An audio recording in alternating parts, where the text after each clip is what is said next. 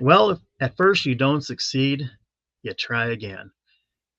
Hello, everyone. Alongside Ryan Sir, I'm Don Helbig, and this is Tower Topics.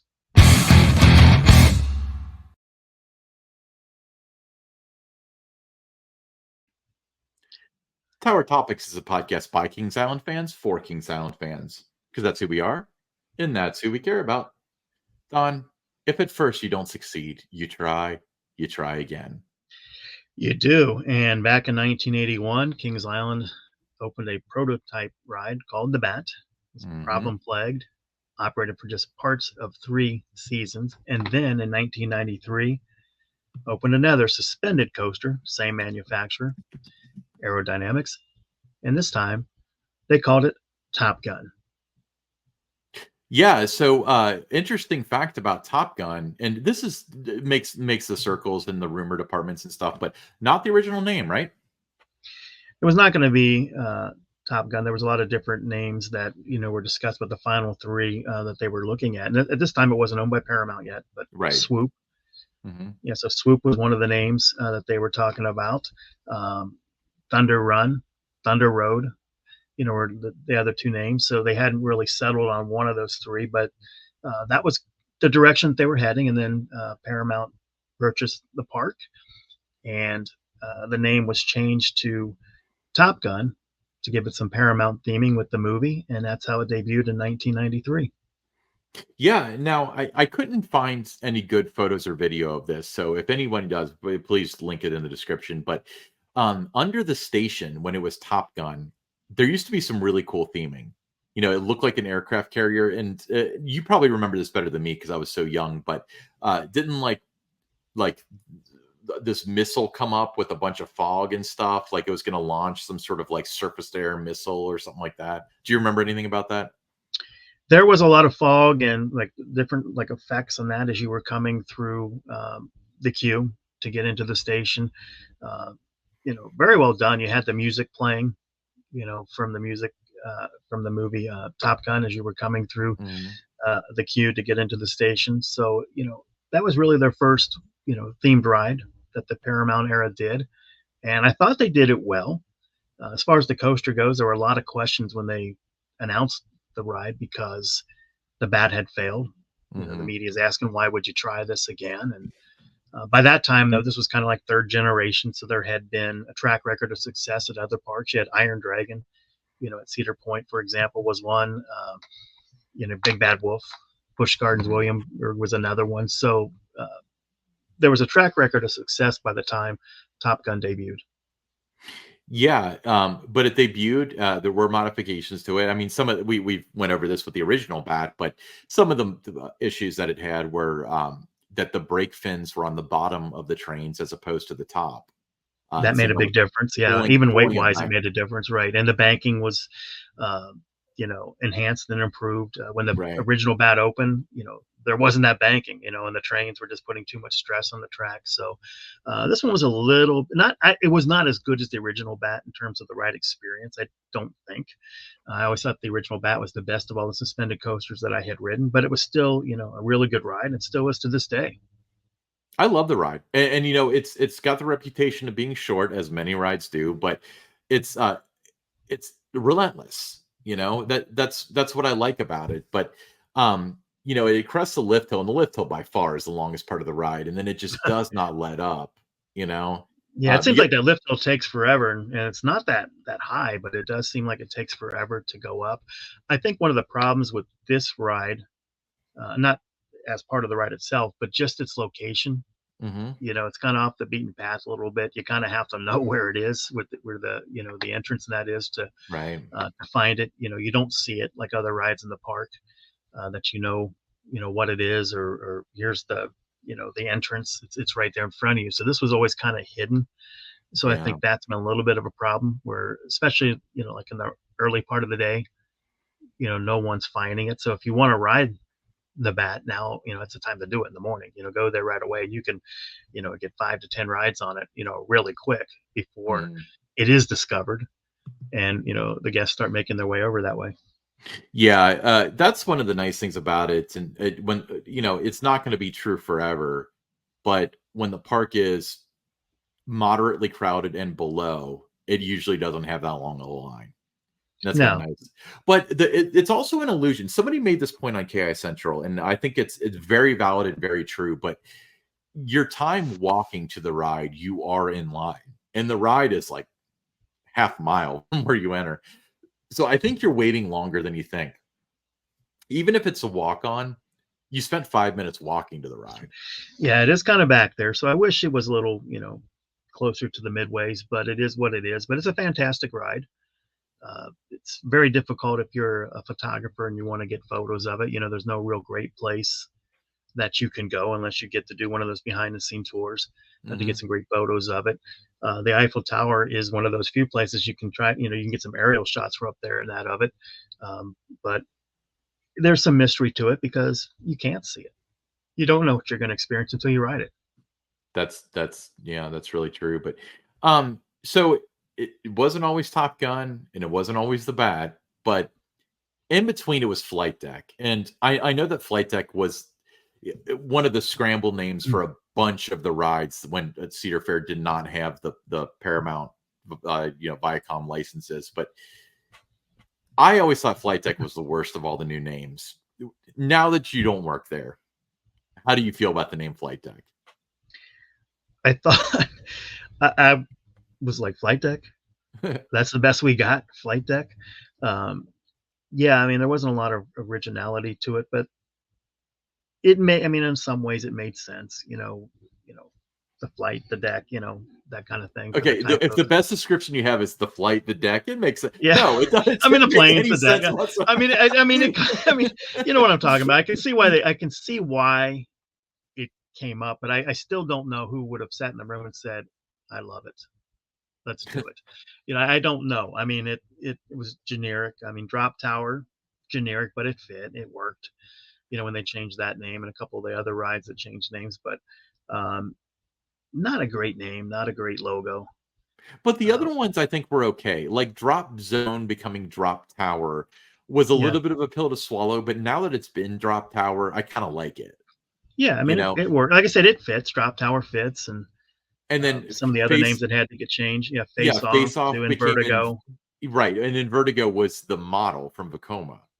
So that Right. was relatively easy. But in Vertigo was Yeah, I but when you didn't like see it. the jets and you see there's the landing deck. I mean, I can see why they leaned or that name kind of in concept kind of came up, but I don't know how much time they had to really think and work on that. Probably Probably next to none. Because yeah, next to none. if you look at the names and the fact that they're copied throughout the entire chain, it shows me that they're like, oh gosh, we need to change these, come up with something. Yeah, yeah, Because if they had like 6 months or a year, they'd probably leave it to the parks and let them come up with it. But yeah. the whole But I do process, remember when I was given the list and okay, we're going to announce. Here's you can announce it whenever you want. We're changing the names of the rides. I'm like, Flight Deck. yeah. Okay, who came up with that? Why would they go with that? And you just I like I said, I visualized the brainstorming session in the room, like what they were talking about and why that seemed to fit. There would have been so many other names you could have called it. Yeah, I mean, we can sit here and discuss names and stuff, but again, it felt rushed. Like you and I were not in the room, and I guess it would be Sandusky at the time making these decisions. But I honestly think, just from my understanding of the way it works, is when you name a ride, you have to go through legal and make sure that the copyright's okay and all that stuff. I don't think they had time for every park to do that. I think that they came up No, with 6 or 7 different ride names because there were other ones besides the ones that Kings Island had, that were at the other parks, and they decided on them and they're like, okay, just go with this. yeah, you nobody know asked me what it should be called at the time. yeah, I came up with Diamondback, so I mean that's what I would have well, I liked like to come up with Flight Deck better I would, than Diamondback. I mean, come on. I'm kidding. yeah. But Backlot Stunt Coaster also worked rather well. Now, admit this to me. Well, don't admit it to me. To be honest with me, I know that externally it's very common, but internally, when you guys were sitting in your offices and you were talking about God knows what, did you always refer to it as the old name, at least for the first couple of years? I never did. I Really? immediately moved on to the next name. I mean that's the name of the ride. And you would have people, oh, it's always going to be Top Gun to me. Okay, that's fine. But for me, no. Once the name was changed, that was the name. For me, it's kind of funny because I feel like I'm always one generation behind because I always called Flight Deck Top Gun. And now I occasionally slip up and call the bat Flight Deck, but it's worse with the water park because I called it Waterworks forever when it was Boomerang Bay. Now that it's Soak City, I always call it Boomerang Bay, and I'm not doing it on purpose. Is what pops in my head. I don't like when things change. Okay, I don't want to say like I blanketly don't like when things change, but when they change the name of rides and sections of the park and stuff, it's like, yeah, when you're the PR person though, you have to move on, because you're going to do interviews and oh you yeah, have to move on. And that name, the new name has to be what comes out right away. So you can't be thinking about what it was, you got to be thinking what it is. So you're not on camera and you're saying, and we have, Top Gun, that would happen if you weren't. oh yeah, you'd have to backpedal. Top Gun, now known as the Bat, Yeah, you're ready. I mean, you just, for me, it was just, okay, that's the name. And I didn't, get,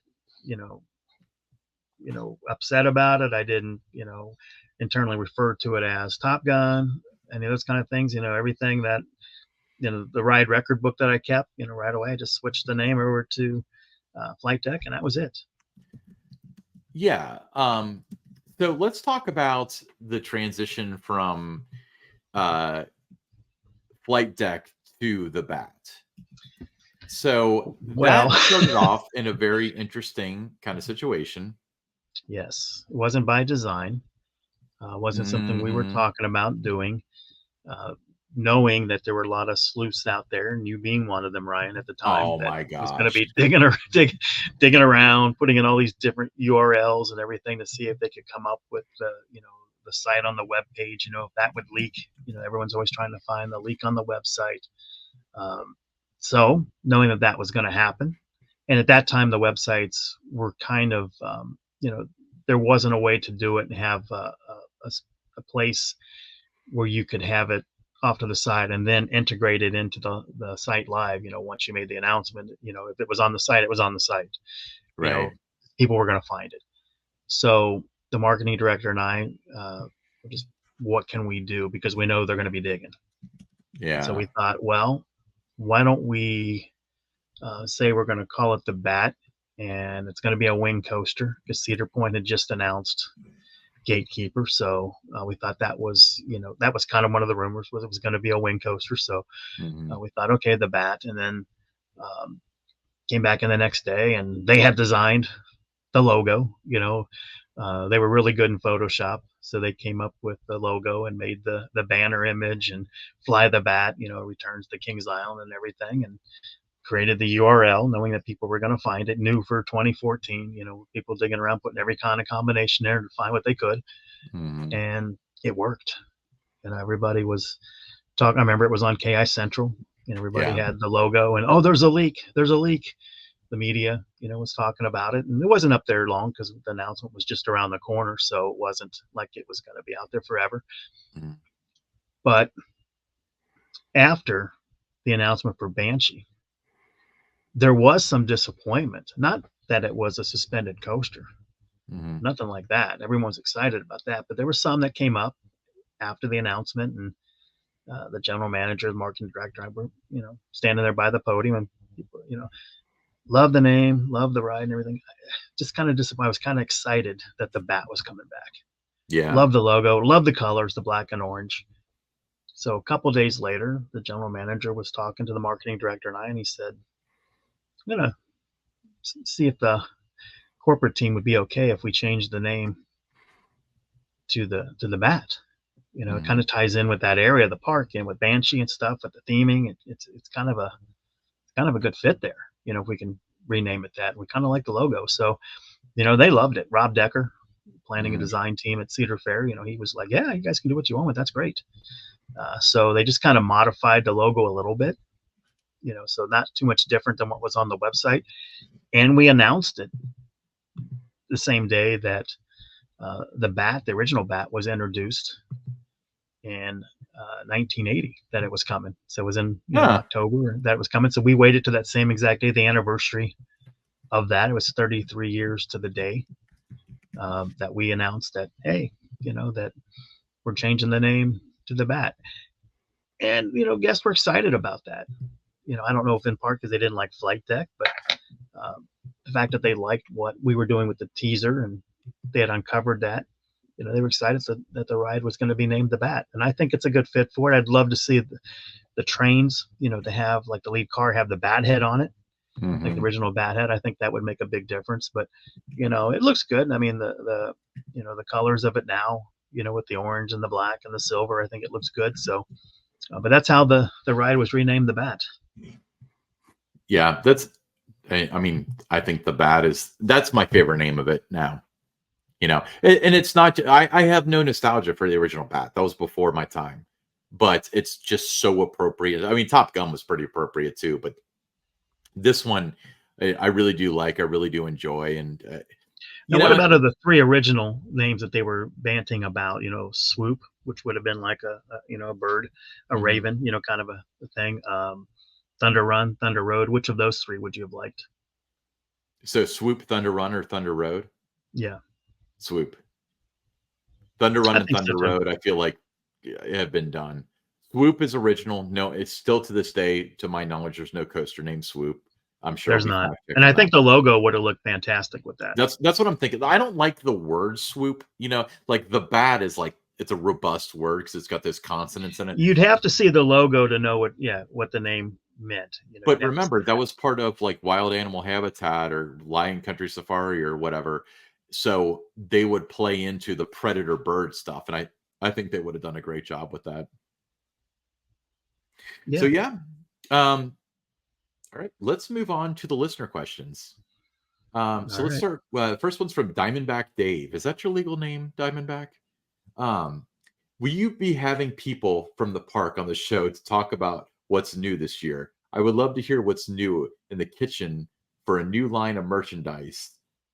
Or a new line of merchandise, or what goes into casting for a new show. Thanks. Well, Ryan, we can talk about this all night again, but we're not going to. We'll just be short and to the point with it. We'd love to if that opportunity was there, but it would have to be a situation where the park reached out to us and said, we'd love to have our executive chef on to talk about, a new menu item or somebody from merchandise. So if the park reached out to us, we would certainly be open to it. What's next? Yeah, there's always a spot at the table. From Xander, having only known a world where Cedar Fair owns both KI and Cedar Point, what was the relationship like between the parks before they were owned by the same company? Were they rivals? Did enthusiasts consider one better than the other? Thanks. That's a great question. And it's funny because I've talked about this before about how like I think in terms of like, for me, there was never really a world without the vortex, but for you like remember when they installed it, and I was thinking about people, especially like nowadays, like there are a bunch of kids that go to the park that are adults basically that never knew a world without Italian Job Stunt Track / Backlot Stunt Coaster. But in this same token, there's a lot of people that never visited the park when Paramount owned it, or Linda, or anybody else, and Cedar Point was a foreign entity. So what's your perspective on this? Why don't you start? Well, I'll start with the very back part of that question with the enthusiast, and that, there was always, that comparison always between the parks. Up until 1989, there was no question in the enthusiast world that Kings Island was the superior park. They had the Beast, they had the Vortex, they were innovative with all these different, rides, even though the Bat didn't work. Cedar Point had Gemini. They had the Blue Streak. There weren't those record-breaking rides or anything there. So in terms of the enthusiast, they were always looking at Kings Island, and they didn't really look at Cedar Point as kind of that, competitor. And they each had, Cedar Point was at that time still, a destination. They had still the hotels and that, so it was more of a destination place somebody might go for a couple of days. Kings Island was more of the regional draw. The Beast made it, something where people were coming from all over, but they didn't have the resorts and that. So, if they came, they were there for, the one day or whatever. So from that standpoint, it changed in 1989 with Magnum. Then the Coaster Wars really started. And then for the enthusiast, it was a competition. Cedar Point just put in this right. Cedar Point just added Millennium Force. Cedar Point now has Steel Vengeance. Kings Island needs an RMC. So there's all those kind of things from that point that made it competitive, even though it was under the same ownership, from 2007 on or 2006 on, from that point. So they were always comparing it that way. But, internally, yeah, they competed, for the Columbus market and some other markets, but it was never adversarial between the two parks. Got a little bit that way with the Coaster Wars, when Magnum, XL 200 opened, then became a little more competitive. But, they see each other at trade shows, different events like that around the country, or they'd visit Kings Island. Kings Island would visit there. Everybody in the industry at the end of the day, they're all one team. Right. Everybody helps each other. Everybody supports each other. It wasn't a big battle, anything like that. It was never anything that was adversarial. It was always, good terms, competitive. You competed. You were in the same markets trying to, you wanted the Columbus media, when you were doing an announcement, you wanted to, be in the Columbus Dispatch. So that was kind of the drawing line right there was kind of that market, a little bit Indianapolis, but so you competed for some of the same guests. Group sales competed for some of the same things, but it wasn't, anything where there was any bitterness or any kind of big battle. Yeah. Well, okay. And to clear, my understanding is this, and this was before you worked there, so I don't know if you know for sure, but I remember hearing reports like crazy in, I guess it was 2004, that Dick Kinzel was at Kings Island, and I know he had been there because I remember in like various interviews that he talked about how he loved the fountains and he always wanted that He park. did. But so he was in 2004 because Kings Island had Delirium, and I guess he wanted to check it out because they were considering what became Max Air. I don't know if that's fact or not, but I know that he had a very distinguished car because his license plate said Cedar Fair. Yeah. So he was there. So it just shows you the kind of the nature of it. But one thing that is interesting, there was respect. I mean, there was always respect between the whether it was the Taft parks, and then later years it was the Paramount parks, Cedar Fair. It was always professional, yeah, competitive, like I said, for the same markets they were going after. But it was never one of those cutthroat things. We're going after you. But I would say, okay, I've said this on KIC, and I maintain it. 99.9% of the time, theme parks do not compete with each other. And with that being said, I would say that Cedar Point and Kings Island competed way more than like Disney and Universal do, because Disney and Universal are smart enough to know that if Universal puts in some sort of Harry Potter thing and it brings people to the area, yeah, Disney's gonna get something out of that. But with this, it's like there are several markets where it's like, if you're in Columbus, hey, this year are we going to Cedar Point or are we going to Kings Island? Because you're right in between the two. Yeah, you were making and what the new capital was made that decision a lot of times. A place like Pittsburgh, they both grew from Pittsburgh. That was another one where, well, Kings Island just added Vortex this year. We're going to go there. Then a few years later, Cedar Point just added Millennium Force. We're going to go there. So there were, things like that. But in terms of the relationship, the people involved, there was always that mutual respect there. Yeah, I never, my understanding has never been any kind of bitterness and stuff. And when it comes down to it, it's just business anyway. So, all right. Great questions, Andrew. Hey, I'm Ryan Sir, along with Don Helbig, and this is Tower Topics.